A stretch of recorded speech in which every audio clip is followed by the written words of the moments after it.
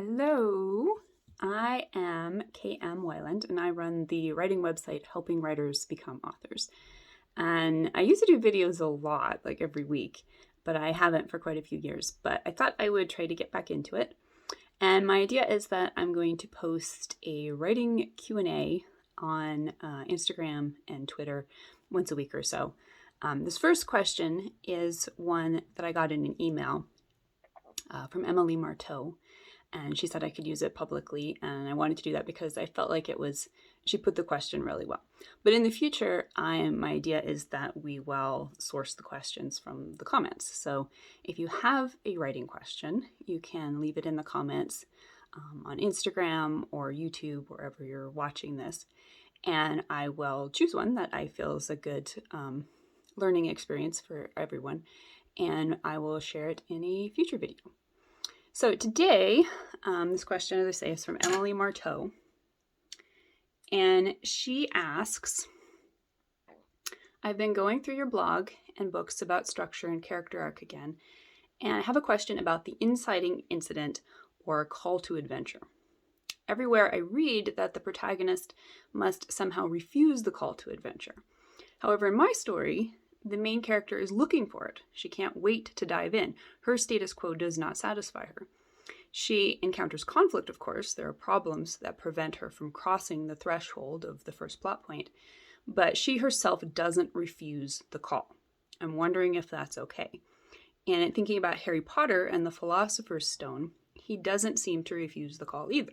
It's his family who prevent him from going. Although, okay, he's not sure Hagrid is right about him being a wizard, but that doesn't really sound like a refusal to me. Thank you very much in advance for your answer. So I really liked how Emily phrased this question because this is a common question.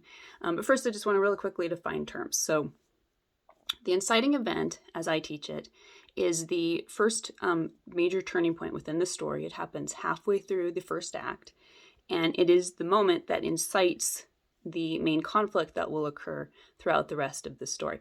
I like to say that it's the moment where the character trips over the conflict. He's not necessarily fully engaged with it at this point. That happens later at the first plot point, but he's definitely noticing it. And in other terms, we hear this called the call to adventure. It's the moment where the character is first given the opportunity to think about, well, maybe I should accept the challenge of this conflict, whatever it may be. And the hero's journey obviously would be a quest, but there's so many different ways that this takes place symbolically. Anyway, there's two beats to this. There's the call to adventure, and there's the refusal of the call, which is what Emily's talking about. And the short answer to her question, as she exemplified in a perfect example from Harry Potter, is that no, the protagonist does not always have to be the person who is refusing the call to adventure. However, this beat is important because what the refusal does is create a reversal or a counter beat to the inciting event or the call to adventure, which you want, to complete that emotional arc and also to emphasize the stakes. Because if there isn't a reason not to take the call to adventure, then at least it won't seem like there's much of a story in the future for the character. So it is a very important beat.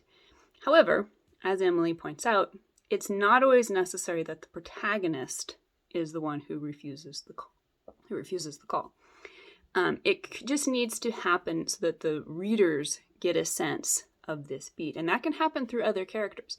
It can happen through supporting characters who refuse the call on behalf of the protagonist, as with Harry's aunt and uncle, who do not want him to accept the call and go to Hogwarts and do everything they can to prevent it.